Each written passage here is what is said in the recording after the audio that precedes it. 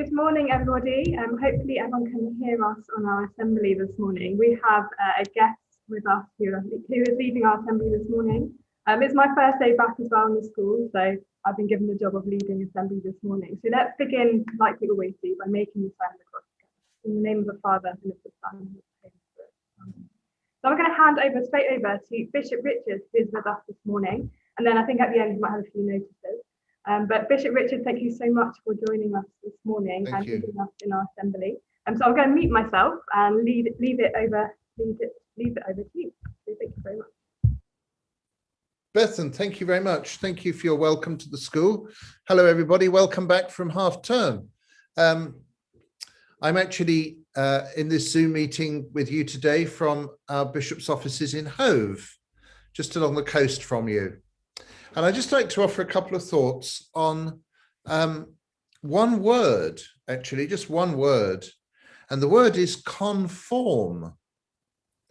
Now, usually when we use the word conform, it brings up images of doing as we're told or fitting ourselves into a mold, into a box in which we might not feel very comfortable. Just going along with the flow or being obedient to other people, without really thinking about it. And that's not a good idea. That's not really a very good understanding of the word conform. And I'd like you just to think a little bit today about what you conform to. You might say, well, I conform to school uniform rules, or I conform to an image that somebody else wants me to fit into. I conform to the way people around me behave. But there's another way of looking at this, and I know that your theme in school this year is all about God's being made in God's image. And yesterday we had the wonderful feast of Corpus Christi, the feast of the body and blood of Christ, where we think about the Eucharist. Now, the word conform is related to both of those things.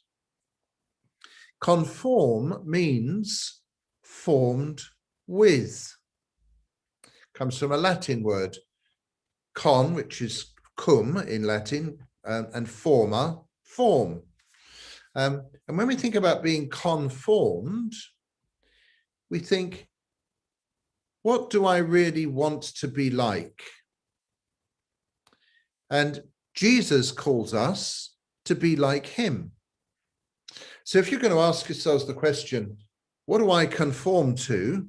There's a bit of a challenge there, not to conform just to the ways of the world around us, not just to conform to what we think we ought to look like or behave like, but to ask ourselves the question, do I really want to be formed with the person of Jesus? Do I really want to be formed in this wonderful image of God that God has for me? And yesterday, when we celebrated Corpus Christi, this great feast, when we think about the Eucharist, about the Mass, that moment of communion, which means being one with, that's what the word communion means, we are with the Lord. And one of the great things about our lives, and this is perhaps the challenge I'd offer you today, is to think, what's my life really about? Is my life about just being like the rest of the world around me? Is my life being about fitting into an image that somebody else gives me? Or is my life about being the person I'm really meant to be? Is my life about being closer and closer and closer to God?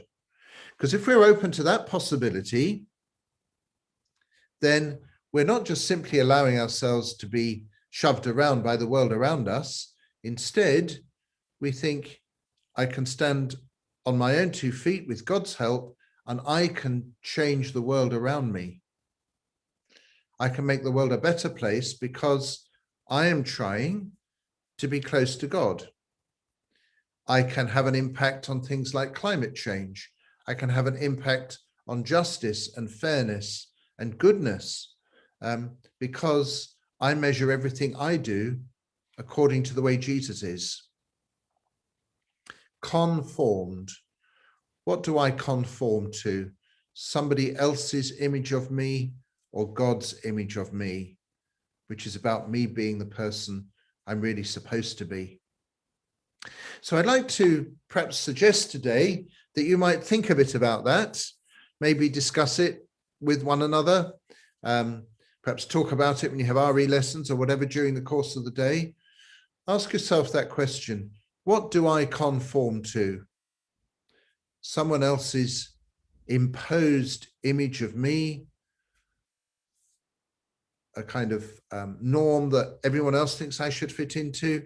Or do I really want to fit into the norm, the way of being that God has for me, being made in the image and the likeness of God, one with the person of Jesus whom I meet in the Eucharist? So just a thought for your day there. Be conformed, formed with the God who loves us. And that way in life, you'll make a bigger difference than you can ever possibly imagine. So thank you for inviting me to be with you today. And welcome back. Have a wonderful half term. And enjoy the, well, it's still foggy here in Hove. I hope it's not foggy where you are. But enjoy the day. Enjoy being back with one another after the half-term break. And may God bless each and every one of you. So I'm going to hand back to Bethan now, who I think has got what we call in church parish notices. Yeah, I'm going to lead us in a short prayer actually, and then I'll hand over to our notices. So let's just pause for a moment, reflecting on all that we've just heard this morning from Bishop Richard, thinking about what that word conformity means for each of us. So Lord Jesus, just be with each of us during this day. Help us to understand or to think about what it means to conform to you and to have you at the centre of all that we do. So Jesus, just bless us during this day and all that we are learning and doing in school. Amen. And we just have, I think Mr. Carter's going to come and say a few words and then be ready for lesson. Good morning. And good morning, Bishop Richard. Good morning, Mr. Carter. How are you today? I might just move that up. I'm a little bit taller than Bethan. I'm very good. Thank you so much for joining us this morning. It's very kind. Lovely to be with you. Very kind of you. We're very excited about the last half term this academic year. So I've got a few notices for wonderful young people who are sitting with their tutors this morning. Just to welcome back Bethan. Bethan's been at St. I don't know if you knew this, Bishop Richard, but Bethan's been at St. Joseph's up in Slough for the last half term, and I think had a great time. We managed to get her back, which is good news. So welcome Bethan back.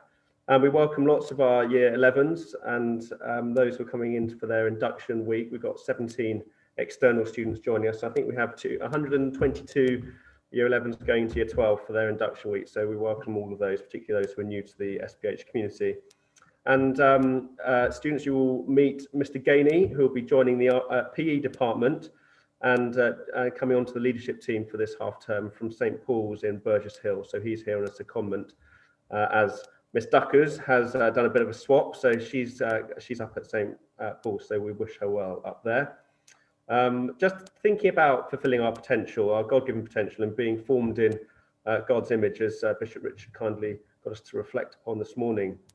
You all know how important expectations are here at school, having really high expectations of ourselves and high expectations of those around us. And it's really with that real sense of belief in what you are capable of achieving and that no excuses can-do culture we have here at SPH, which really helps us to be formed in God's image and likeness. So we start this half term as we mean to go on. So we make sure all of us are looking the business, we're dressed appropriately, that we work really hard, and we're having real focus this half term on our independent learning tasks. During lockdown, you did a phenomenal job of working independently, and your teachers this term will be helping to get you back into those great habits that you had during lockdown and in the last term. But making sure that your independent learning tasks are completed well at home. So high standards there, please, from all of you.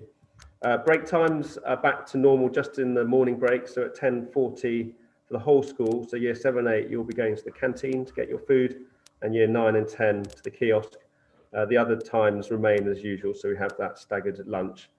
So at 11:50, it's for year 7, 8 and 9, your lunch time. And then at 12:40, year 10 will be having their lunch along with those in the sixth form. So I hope I've got those timings right. I'll be shot if I haven't. So hopefully that's all good. So yeah, as we venture forth in this last half term, let's remember that we are part of community. We are here within this loving family of SPH with Christ at the centre, and let us go forth, building God's kingdom here in, it's not sunny yet here, Bishop Richard, but in slightly kind of perkier weather in Barnham, and make sure that we are good Christian people and show the world around us what it means to live out our faith in a very practical way here at school.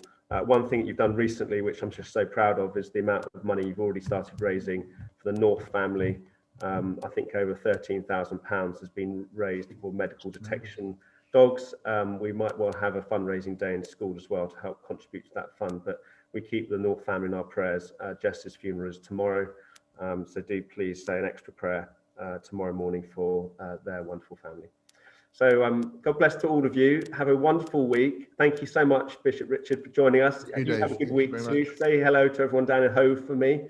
Will do. Thank you, Mr. Carter, and happy half term to everybody. Indeed. Thank you very much. And bless you. Take care. Bye-bye.